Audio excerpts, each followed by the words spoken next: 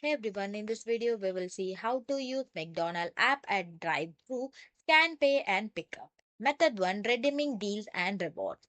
Open the McDonald's app and go to the rewards or deal tabs. Choose your desired item and tap use at restaurant or add to mobile order. The app will generate 4-digit code for your order. At the drive-thru speaker, inform the crew member about your code. Drive to the first window, provide the 4-digit code and complete your order or collect your food.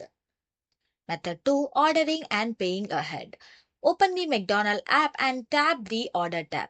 Build and customize your meal, then add items to your bag. Select Drive-Thru as a pickup method at checkout. Finalize payment within the app. Inform the worker of your mobile order at the speaker. Show your mobile number or a QR code at the window if requested and collect your food. Thanks for watching.